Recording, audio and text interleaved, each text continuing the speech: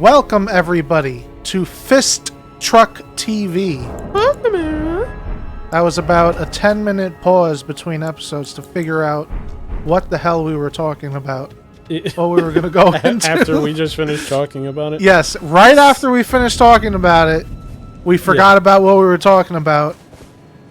And now here it is. Yeah. So this is sort of a continuation from the previous episode. In so far that we're talking about when you play games in a group and have to kind of, you know, kick someone to the curb because they're bringing down the mood. So like these trumpet motherfuckers. these trumpet wielding words. So GTA 5, right? Yeah, GTA 5. Yeah. So Heist, right? That was like Heist came out for GTA 5, I think, some point in like 2015. So they came out and like that was the you know. He was just twirling around. When GTA, to me. Okay. When GTA Online came out and GTA 5 multiplayer stuff was coming out or came out, the big excitement was like, yo, they talked about doing heists and you're like, yo, fucking heists are sick because you do them in the story mode and they're cool. And then it took them like how long to come out? A year and a half. Yeah. A year and a half to like come out. They were advertising it before the game come out. Yeah. It took a year and a half for it to come out, and it was they were good though. I'm not gonna lie. They came out and they were fucking good. So that was, you know, like they took the time they needed. Yes. Yeah. But they there wasn't very much room for error when doing those. Like if you die, usually. I think if you had on like the hard mode or something like that, if I'm not mistaken, if one person died, it was like, you know, you would have to redo the mission or that like that leg of the heist or some shit. So we're doing the last heist, and it's taking time. Like we are the last heist specifically. You're robbing a bank, and you have to get on like these motorcycles when you're getting away from the cops. You get on these motorcycles that have nitrous or whatever in them, and essentially you have to drive halfway across the map to a point, safe to like some cliff or something like that. Specifically, when you get to the cliff, you're supposed to gun it off the side of it, bail, and then in midair open up your parachute. It sounds fancy. If you play GTA, you know that's just as simple as hitting the Y button and then like the A button or something. It's not even. It's 2 buttons. So. It's you know, it's just supposed to be like the big hot finish, you know, like a stunt, you know, super cool action movie type shit. That's it. It's not like trying to not get hit by the police while you're doing the stuff. It's not easy. It's definitely not easy. On the first time, you're definitely gonna die. But there's a thing about just, you know, it's not that complicated. It's just It's not complicated. That's it. That's all I can say. Yeah, there's nothing new to it. You've been playing GTA.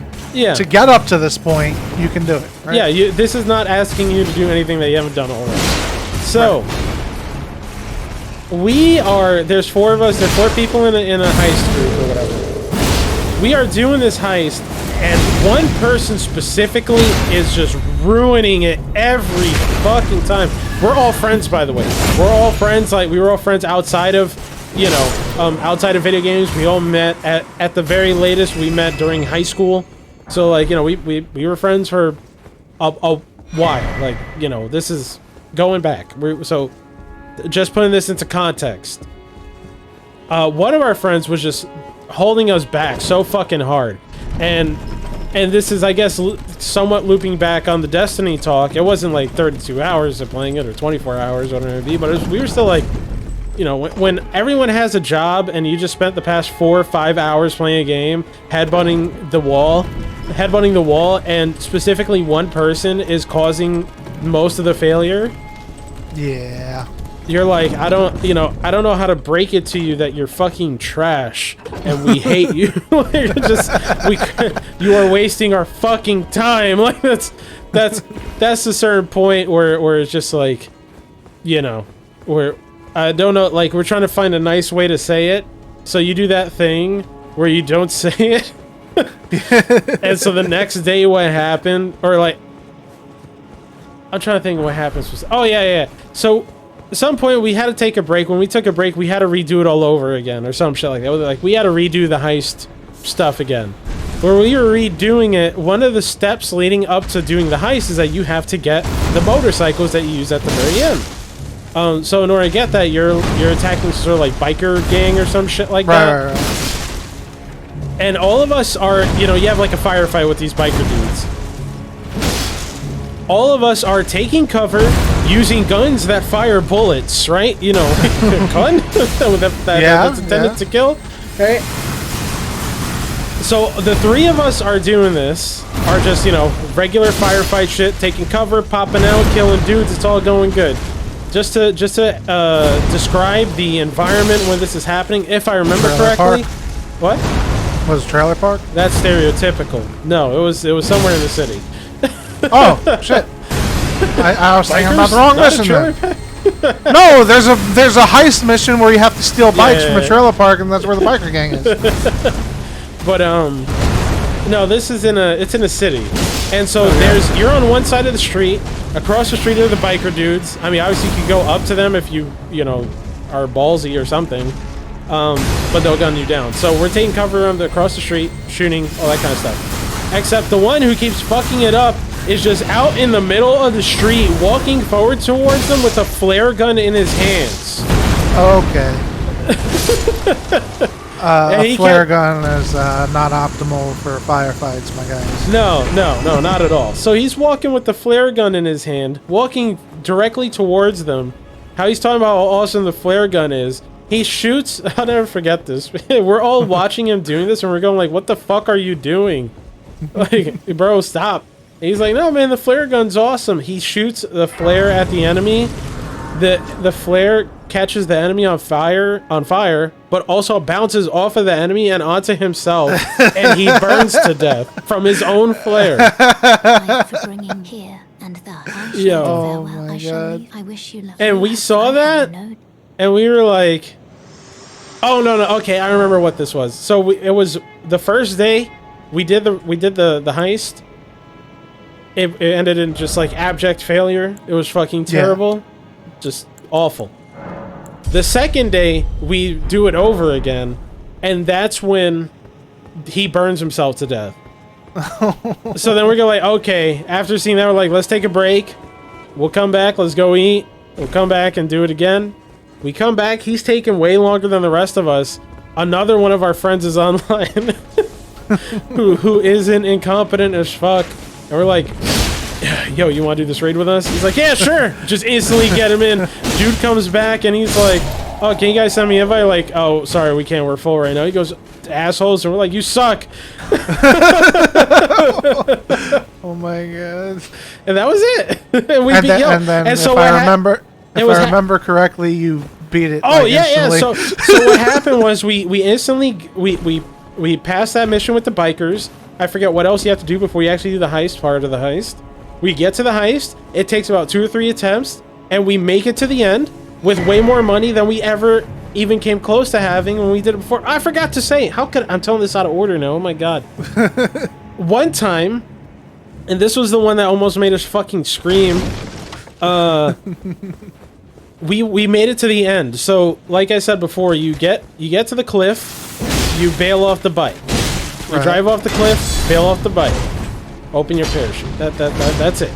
Yep. We all do it. We're waiting by the boat. We're waiting for him. We just see him fucking hop off the bike and slam it to the ground and die. We're like, what the fuck happened to your parachute? He goes, it wouldn't open. It's like, well, it opened it for the 3 of us. Fucking, I don't know if this game has random parachute failure in it, but I'm just gonna say right now that the 3 of us managed to drive off the fucking cliff and open parachute perfectly fine. But for some odd reason, the parachute button doesn't work for you, just like the common sense button doesn't work for you either. Like yeah. So, yeah. So that was the other thing. Like, we just, you know. So we invited the other friend. We made it to the end. The very it was like took 2 or 3 attempts. The first 2 attempts we died somewhere along the way to the to the cliff, to the getaway point. The third time we made it to the last time we made it to the getaway point. We all bailed off successfully, and that's it. Yep. And we did it, and we were like, okay, cool. That's that's it. That's how it's done, boys. We can go home. Yep. Oh, yeah, that sucks. I definitely had, well, similar experiences. Where it's just like, when you're, it's not even when you have friends. You're in a clan and there are people you don't know that just join, and it's like, I know normally people wouldn't do this, but I'm a fucking saint. What can I tell you? You help new people get through their first raid, and it's like most of them, you know, they can play the game. They're good. They're leveled up high enough, or maybe they're too low level, and they still play the game well enough where they can handle their own. But then there are just some people that are just incompetent. They're just ass. Like, yeah, like I don't even trust them to wipe their own ass. It's like, but you are ass. Like it's okay. Just, you know, like sometimes it's okay. We just have to understand our pecking order, and then more importantly, you know, how do you change it? Yeah, I was playing with this one random. He's like, I'm a sucker for sob stories. Says, oh, I don't really have anybody to play with. I can't afford the DLC. You know, can you just run some things with me? Yeah, you're a sucker for those stories. Yeah. So I was like, yeah. I mean, I'm gonna do some dailies anyway. I'll do them anyway. So I'll do them with you. So, you know, I'm helping this guy out. Do regular shit. And then, you know, eventually he's ready for a raid. I don't do the first raid with him. I introduce him to some friends that are doing the raid. And they all just leave. And they don't finish the raid. The best thing about this story, well, for me anyway, is that they don't remember how they met the guy. So I don't get any of the blame. But all they do is complain about this one dude that he's leeched onto their group, and you know they're nice people too, so they help out. But all they do is like, yo, this guy sucks so much. It was like every time we're in a party together, said, how did we find this guy? Whose man is this? And it's like, I know it's me, but I say I've never met this man in my life. I met him for you. Oh, you're scum. I am not taking. I'm not taking responsibility for that person. I got, you know, gaming. You know, we try and be inclusive, be nice. Yeah. You know, that like. And goddamn it, we go above and beyond. All right, as much shit as we talk, we do go above and beyond. If you know, it's like you only have so much time in the day. Yeah. And if I'm spending my time just not having fun while doing this thing because one person is ruining it for the rest of us, like my inclusivity starts shrinking. It goes limp. Your inclusivity goes limp. My inclusivity is limp. By the way, I fought a boss. Yeah, that was somebody's wife. No, somebody's husband. Yeah. He got cheated on by his wife with his wife. I don't know. Yeah, I think that's what happened. Some shit. I'm not done talking about that crazy gore shit. I'm done talking about non-story stuff. Yeah. All right. So the memes have started going on Twitter. Of? Game of the year, God of War, Elden Ring. Oh, yeah. I mean, everybody's saying Elden Ring. As far as my limited, you know, eyes can see a meme every day. And I'm like, all right, God of War has gameplay, Elden Ring has gameplay. They both have good open worlds. Yeah, it's Elden Ring's go. more expansive, but I can't justify God of War's story versus Elden Ring's story for giving Elden Ring any points for Game of the Year. Yeah. I mean, the fact is that God of War tells the story. You know, as opposed to this game where you find the story. But like, there are other things that this game does. Yeah, definitely. I'm still gonna say, if we're gonna talk about, you know, like which one I think will win or something along those lines, I would say probably Elden Ring. Or I think would win is Elden Ring, because first, God of War. I haven't beaten it yet. So far so good though. Yeah, so far so fucking amazing. It's been a treat. Like it's so good. But Elden Ring did a thing. I don't mean to rhyme.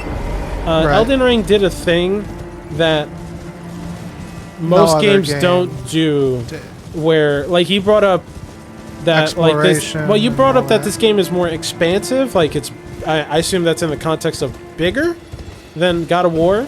Dense. Yeah, but the thing, well, dense, yeah, dense, of course, yeah, but well, no, not even. God of War is like everywhere you go in God of War, there's a thing to do. Like, no, you go to any end of the map and there's something there. And technically in this game, that's not the case.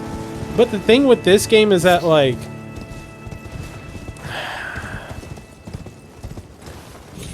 so I've been playing, like recently I've been playing God of War, and when I'm not playing God of War, I've been playing Horizon Forbidden West. Right. And it's fucking, I've been loving it. It's been great. I've been loving it. I played the first one. I loved it. It's great. But Horizon, and I think I'm specifically bringing this game up because this game came out just a couple weeks before Elden Ring did, and there was a conversation surrounding Horizon where it's like suffocating with how much they like baby you. And God of War kind of does the same thing. Definitely does the same thing. Yeah, where but one gets praised and the other one gets shit on. Yeah, and the thing that, and I'm not trying to bring down God of War by saying that. What I'm trying to get to, oh, Euro, what happened to you? Oh my God, you're dead. You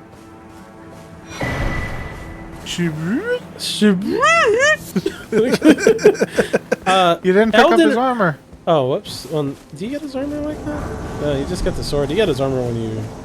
There's a spot where you can find it, or if you just kill him. Elden Ring did a thing, and since Elden Ring was so big compared to the previous, you know, Souls-likes, FromSoft games, that kind of stuff.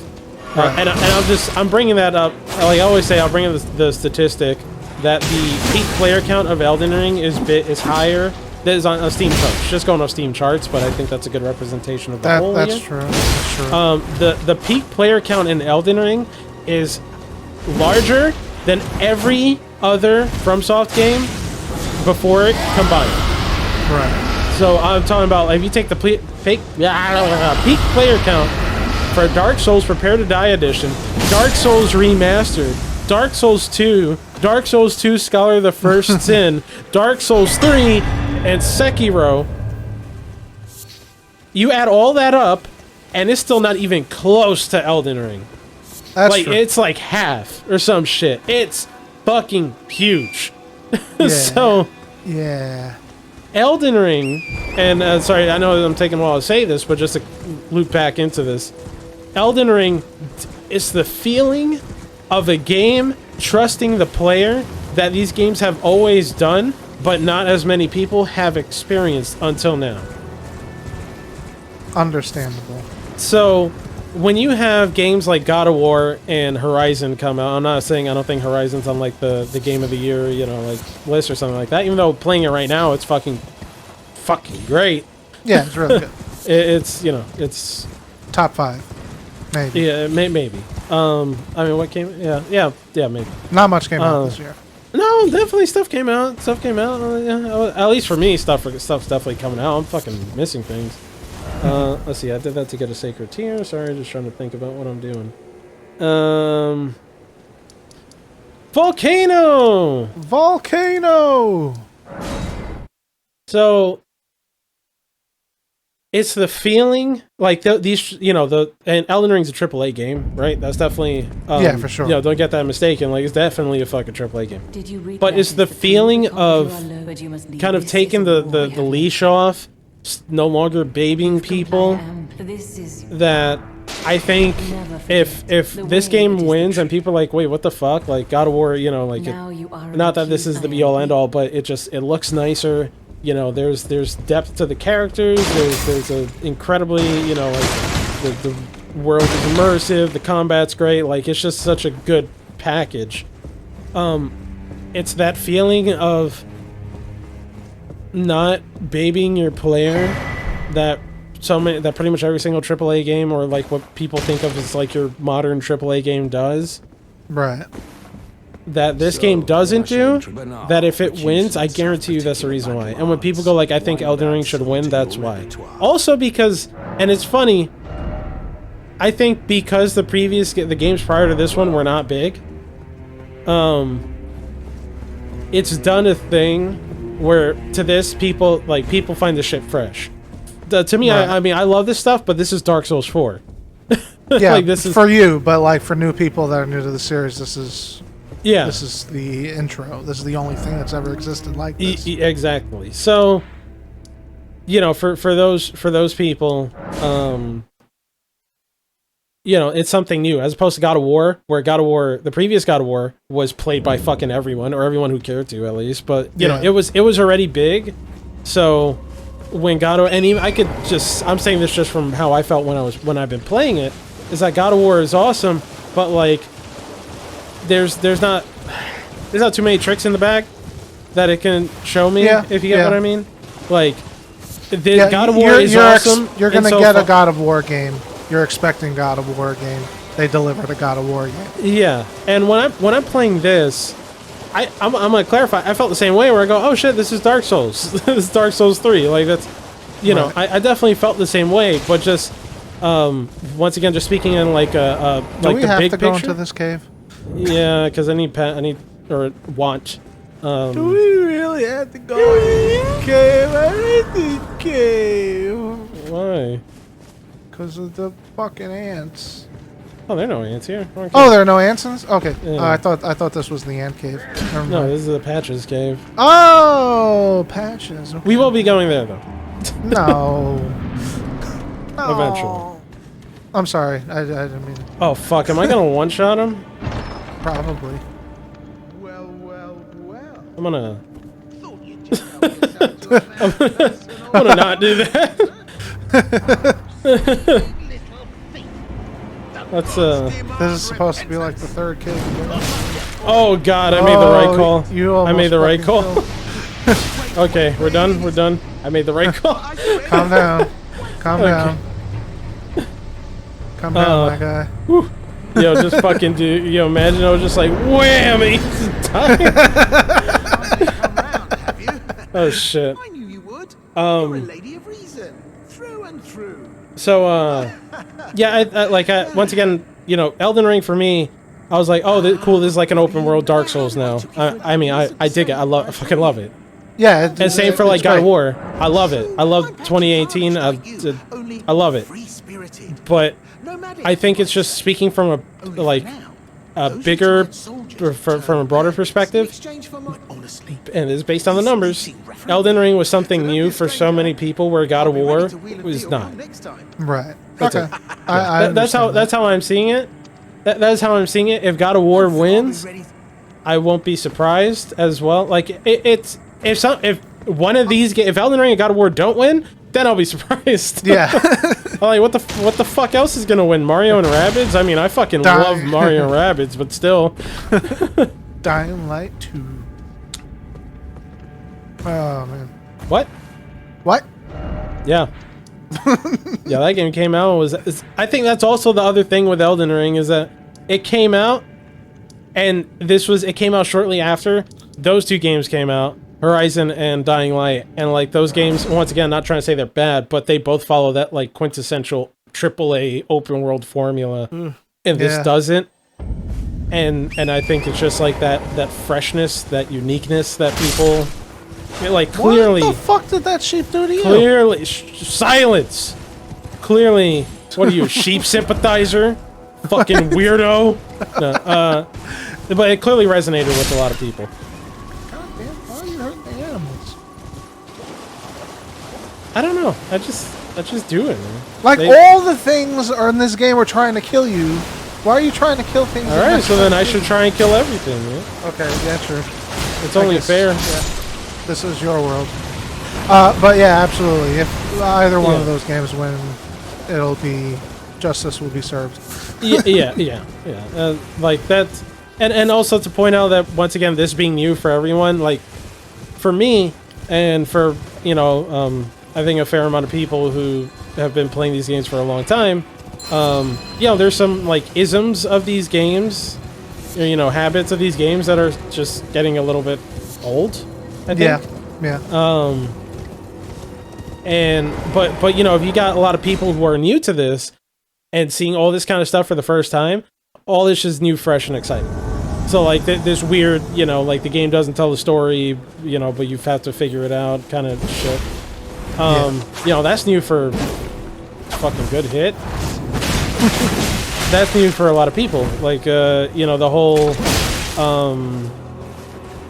I'm trying to think the whole like difficulty. The game's hard. Like that's it's new for a lot of people. So I think that's probably why it'll win. Even though Sekiro won, in 2019, but I also think that was because a lot of not that much good shit came out in 2019. Not trying to say Sekiro's bad, but just saying that like it didn't have as much stiff competition. Like if Sekiro came out 2018, I think there's no way it would have won over something like. And as much as we have previously talked about that we don't like this game, Red Dead Redemption 2 or God of War. Thankfully, God of War won, but still, like I don't think there's any way that Sekiro would have won over those two. I was sweating when it was Red Dead versus God of War. I was like, bro. Red Dead won still won so many awards. It did, but like it won some awards that like just didn't make sense. I thought that's something that made sense. I mean, what little I played it for, and it won soundtrack. What songs do you remember from that fucking game? Dun dun dun dun dun dun dun dun dun. He's like, all right.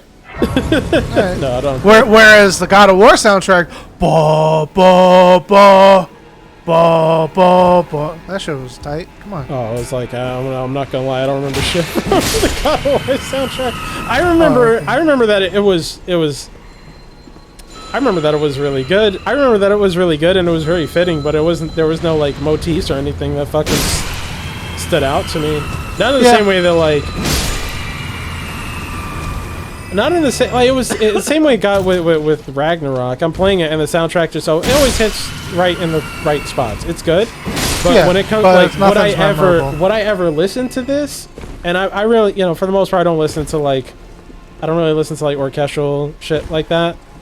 But if for some odd reason I feel like listening to dramatic music while fucking playing Forza or something, like there are some jams or tunes within like the whole. Like Dark Souls 3 or Bloodborne soundtrack I'll listen to or something like that because they have like there's a structure to them, I guess. Right, for sure. And so there's something to follow, and there's like themes or motifs that I like gravitate towards. I pick up on. I think when it comes to a lot of like the God of War stuff, and it's a lot of games in general, is that when they have the orchestral soundtrack, like it technically it fits and it works, but there's at the same time it's definitely supposed to be with the game, right? which is fine. It's just like I don't know. When I think of like the best soundtracks, these are things that I will listen to even if I'm not playing the game. When is Game of the Year anyway? Don't they always do it like the first or second week of December? Okay. Right. The Video Game Awards, starring the Schick Hydrobot. The Schick Hydro. You remember that? No. It was like they got sponsored by Chic Quattro, you know, the shaving stuff. Yeah. And like they had a mascot for Chic, and it was like some robot, and they called it like the Chic Hydrobot, and it was fucking. This was like a few years ago. Like this had to have been like, I want to say it was like 2017, 2016, some shit like that. So it's been some time, but I just oh, I just remember that and just that was awful. Man, whatever. My fucking my act of playing this has been so disjointed. Like we're making progress. We're making progress, but we're gonna figure out a game plan. All right. I see. Until next time. Bye bye. Now, Bye bye.